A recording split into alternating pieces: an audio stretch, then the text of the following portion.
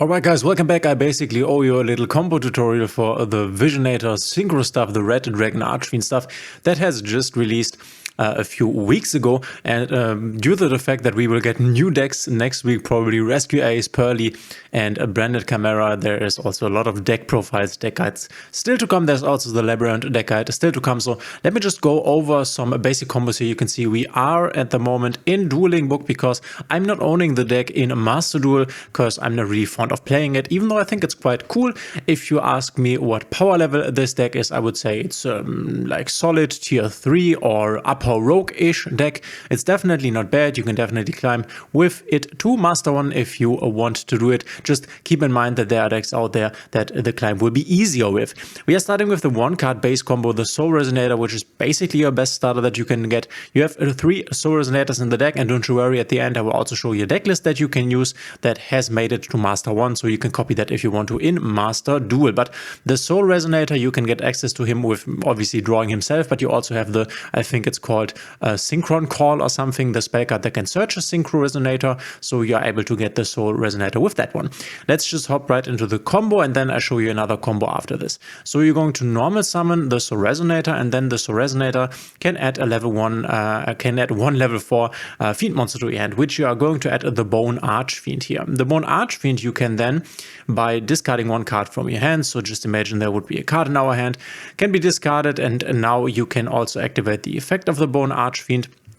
To change the level, you can either bump up the level of the other monster, or you can like decrease the level of the Bone Archfiend, or you could also, you can increase the level of the Bone Archfiend or decrease. In this case, we want to decrease, so you can see this is level 4, this is level 3. We want to get Synchro level 6 here, and we are sending, so in order to do that, we also need to send a fiend to the graveyard. We are sending the Crimson Resonator. So now this becomes a level 3, as indicated here with the coins, and now we can go into the base play. This is the basic line into the Red Rising Dragon, which is then able to, you can target 1 Resonator monster in your graveyard, special summon it.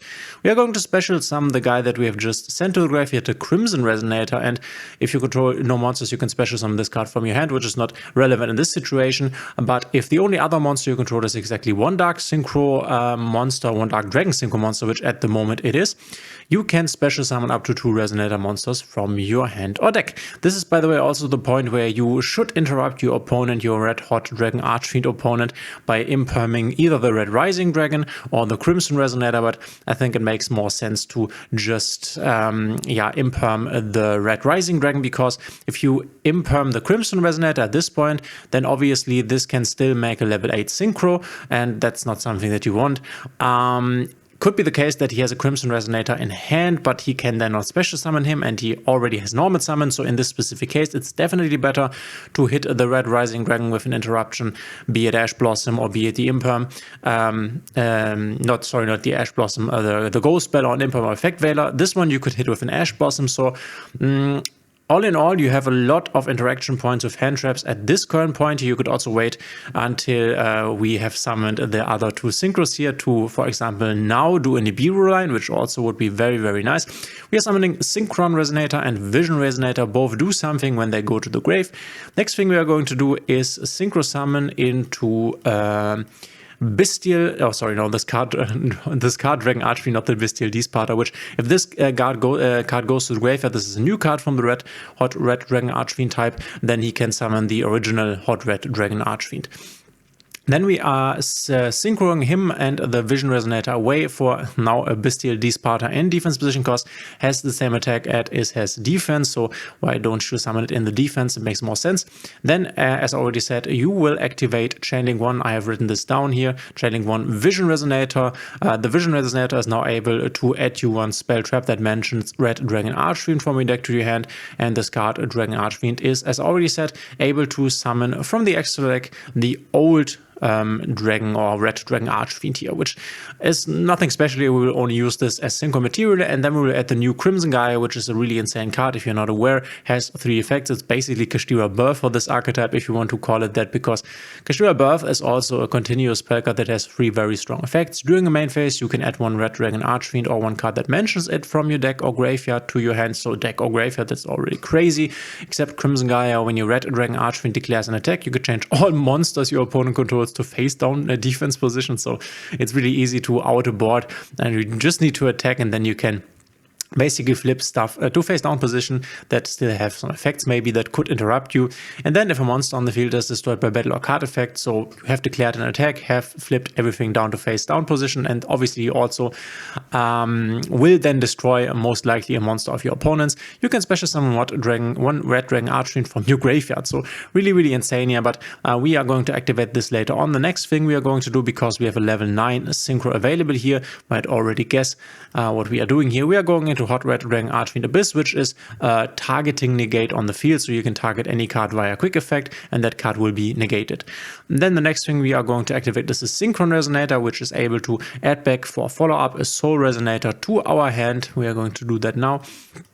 And then we're activating the Crimson Gaia. This can search as the Fiendish Golem. You could also search Red Zone, which is also an interruption here. And then we can place Fiendish Golem. Fiendish Golem, if you're not aware, target one monster on the field with 2000 or more attack, banish it. Which is really strong because a lot of extra deck monsters that your opponent could come up with against you will be over 2000 attack. So it's very likely that you will have targets for this to activate. So you have a couple of interruptions here. You have the Bestial Desparter interruption. You have the Hot Red Dragon Archfiend interruption. And then also the Fiendish Golem interruption with follow-up with the Crimson Gaia, and then the Soul Resonator, which is actually quite strong. So this is what you can do if you have the one card Soul Resonator starter available here in your hand, either via the Synchro Call, I think it's called Synchro Call, or the Soul Resonator himself.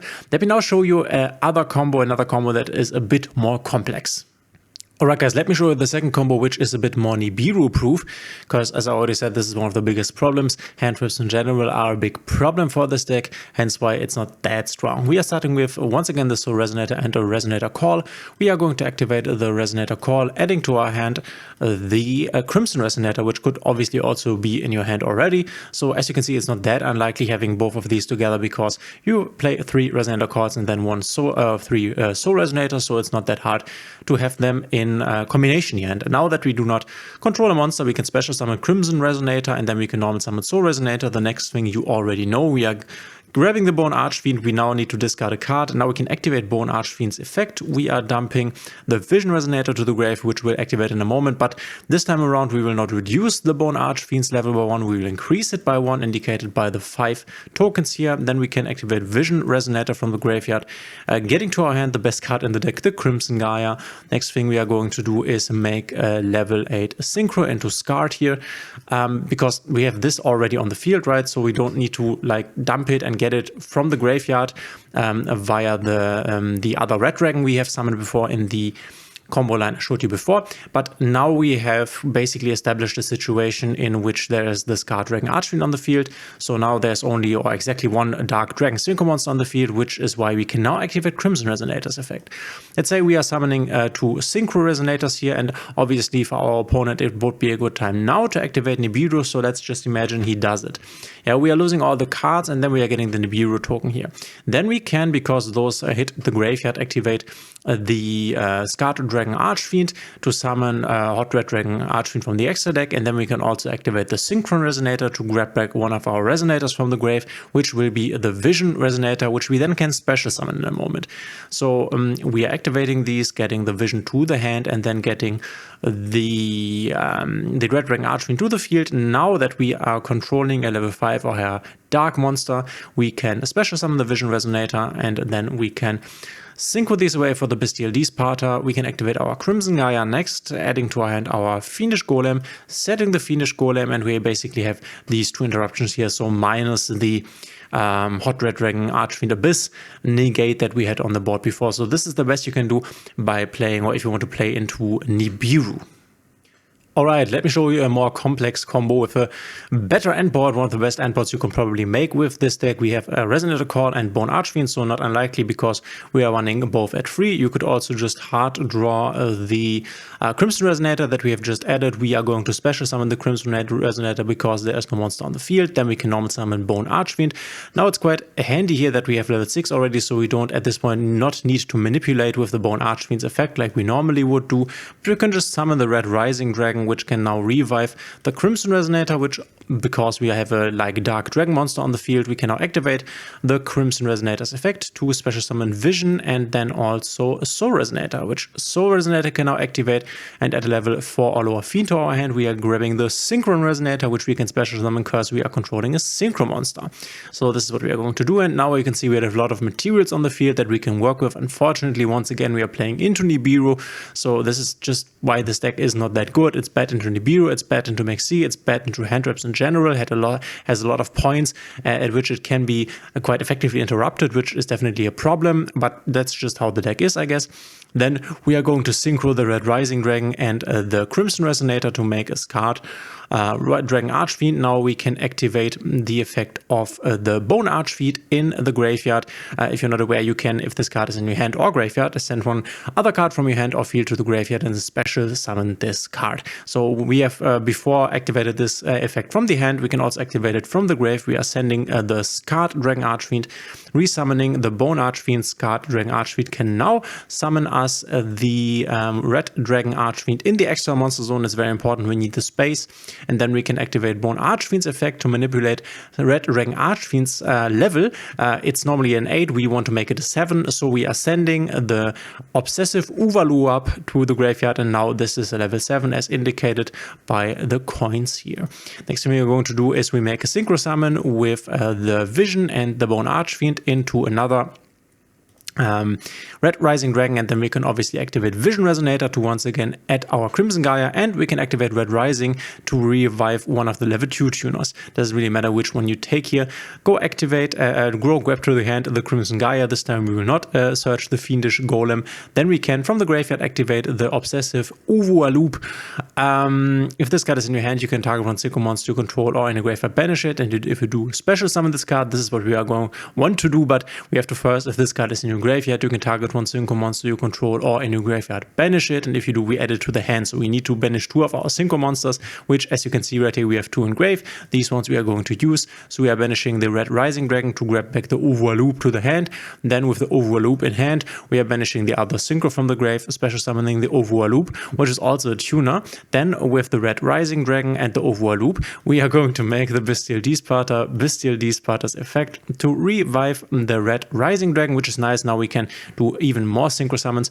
We are going to, don't be confused here, I misclicked here. This is still level 7, this is still level 6.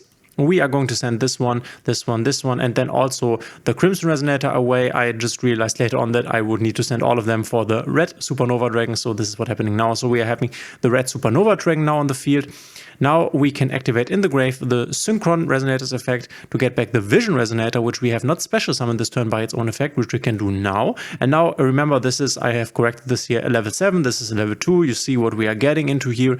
We are going to synchro them away for the Hot Red Dragon Archfiend Abyss. Now we can activate Crimson Gaia, activate Crimson Gaia's effect to grab our hand the Red Zone, which is super nice, and we can obviously now set the Red Zone. So what you do have here now is your Bestial Desparter, you negate with your Hot Red Dragon Archfiend, and then the Red Supernova Dragon can, once per turn when your opponent monster, when a monster effect is activated by your opponent, or your opponent declares an attack, you can quick effect, activate this effect, banish this card, also banish all cards your opponent controls, and then once per turn during your next end phase after this card was banished by its own effect, you can special summon it once again, which is not that relevant because most of the time games are not that long, but it's quite nice. You can, when your opponent activates a monster effect or attacks, just clear the entire field. The cool thing is that you have the Red Zone set here, and Red Zone says, firstly, when your opponent activates a card or effect where you control Red Dragon Archfiend or a Synchro monster that mentions it, we at the moment have the Hot Red Dragon Archfiend Abyss, so we can actually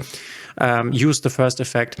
We can target one card on the field, destroy it, but we can also target one of our banished Dark Dragon Synchro monsters and special summon it. We can use each effect of Red Zone once per turn. So this thing will banish itself in order to banish the entire opponent's field, and then it will be in the banished pile, which means we can activate the Red Zone's first effect, obviously, if you want to, but we can also activate the second Red Zone's effect to resummon the Red Supernova Dragon. And if you read this guy, it does not say once per turn. So what we can do here is that we can just Well, it says once per turn, but this is a new copy because it wasn't the banish. It's the same basically as if you like revive another Mirror Jade, right? Because it says once per turn, and it doesn't say you can only activate the effect of Red Supernova Dragon once per turn. Because if it would mention the name of the card, then this would mean it's really a hard once per turn. Resummoning it would not change it. It's the same as with the Mirror Jade. If you summon another Mirror Jade, you can then activate Mirror Jade's effect once again. So in theory, with the Red Supernova Dragon and the Mirror Jade, you could activate them as often as you want if you can summon them multiple times. Same here with the Red Supernova Dragon, so we can with the Red Zone then resummon him and once again clear the opponent's entire field, which I think this is like the selling point of the deck. Supernova Dragon, which is actually very, very strong. Banish the entire opponent's field. Interruption is extremely strong, especially against cards, against deck like Snake Eye or Labyrinth or Unchained, all of which are decks that are running around at the moment. So you can banish everything, and they definitely want their graveyard's resource to use to gain advantage, which they then obviously can't because you have a Red Supernova Dragon them. These are, I guess, a few of the most important combos: the one card combo, the into Nib combo, and then the extended combo here. If you are able to master these combos, then you will most likely also be able to understand which different other combo ways you can take if you have a different like combination of hand cards. Obviously there are more combo lines, and it would take probably an hour to show you all of them, but I think these are some of the most basic ones that you will have access to a lot of the time, because these are made with cards that in your deck you have 3 offs in. So this is it for the combo part. Now I will show you the deck list, and let's just hop right over. Alright, this is the decklist if you want to copy it. As you can see, we are playing 2 Effect Veilers here, which is just a good card at the moment. Obviously, this could change if the meta changes. We have 3 Soul Resonators, we have 1 Crimson Resonator. We have seen that this is very important. You can play only 2 Vision Resonators, not that important. We can always search him. He's also an Ultra Rare, so that's quite nice, saving us a lot of money. We have 2 Synchron Resonators, which is just a normal card. The Resonator cards are obviously very important. You can play without the Earthbound Prison Stone Sweeper, but what you can do with this guy, you can discard this card at 1 level 3 or lower fiend tuner from your deck to your hand. So it's basically like another Resonator call, which makes all the combos I just showed you more effective. You can also go and put a third in here to be more effective. Obviously triple maxi. We have a triple tactics talents in here, a forbidden droplet, because we can send quite a few bodies away. As you have seen, we are able to summon a lot of bodies that we can then in theory use for a droplet. We obviously go double called by just to be able to battle a lot of the hand traps that would otherwise stop us. Cross out also a no-brainer. Crimson Gaia, the best card in the deck. 1 Red Zone, 1 Fiendish Golem. You want to like choose whatever makes more sense depending on the situation. If, for example, you can get, I think it's also on the card, the Red Supernova Dragon onto the field, the guy here, then it makes more sense to get the Red Zone. Otherwise, Fiendish Golem is quite nice. Triple Infinite Impermanence, just one of the best hand traps. Then we have the Obsessive Ouvroir Loop, which is also quite nice because this guy can banish you stuff from the graveyard synchro monsters, which obviously makes your Disparter alive, makes your Red Zone live, makes your Crimson Gaia live. Let me not you can special summon, sorry, this from the graveyard, but makes a lot of your cards live here.